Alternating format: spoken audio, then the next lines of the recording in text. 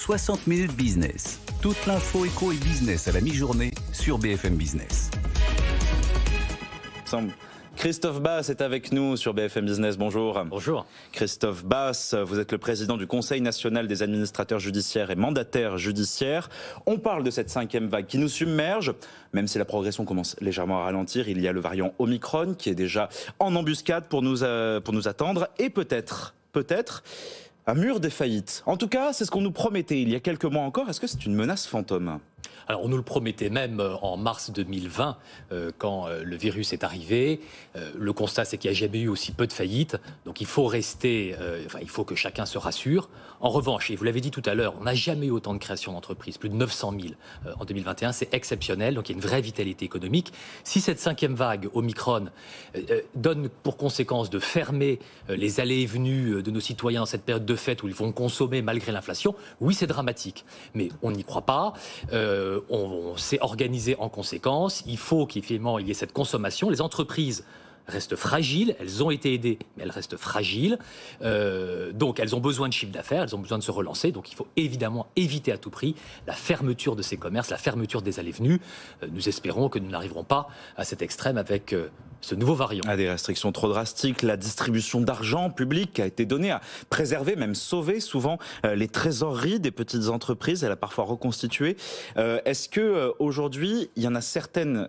Est-ce que d'abord il y en a beaucoup qui passent devant le tribunal de commerce aujourd'hui pour liquidation judiciaire ? Non, très peu. On est sur un chiffre historiquement bas de procédures. Depuis 40 ans, on n'a jamais vu aussi peu donc de faillites.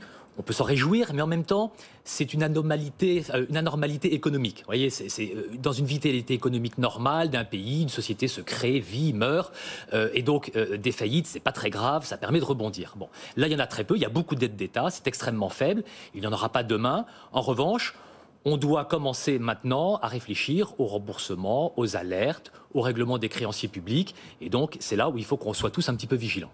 Les profils des sociétés qui passent devant le tribunal de commerce aujourd'hui, c'est celles qui étaient déjà malades avant, en fait. C'est ça, on a parlé des entreprises zombies, c'est ça qui aurait dû fermer ? Oui, vous avez tout à fait raison. Les entreprises aujourd'hui qui passent devant le tribunal de commerce sont des toutes petites entreprises qui n'ont plus aucun salarié et souvent plus d'activité depuis 1 an ou 2. Donc, les nouvelles mesures qui ont été décidées cette semaine, 700 millions d'euros notamment pour des prêts à l'industrie, ça vous satisfait ? Est-ce qu'il faut aussi revoir peut-être un prolongement des remboursements qui vont arriver à échéance dans bientôt, on le sait, les PGE et d'autres remboursements que vont devoir faire les entreprises. Vous demandez son prolongement ?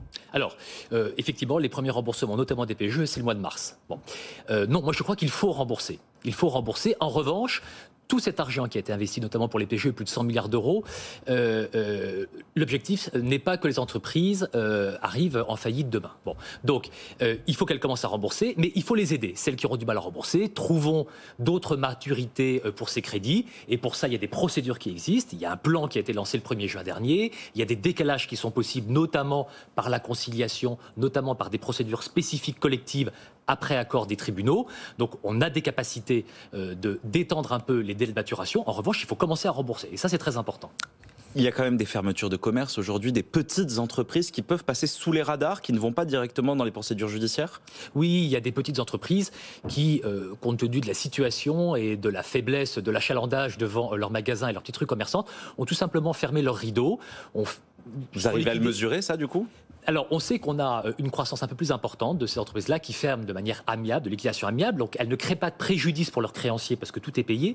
En revanche, elles créent un préjudice dans ces centres-villes puisque nous avons tout simplement des rideaux qui sont fermés et des compétences qui disparaissent. Pas de mur des faillites, donc. Merci Christophe Basse, président du Conseil national des administrateurs judiciaires et mandataires judiciaires, d'être venu.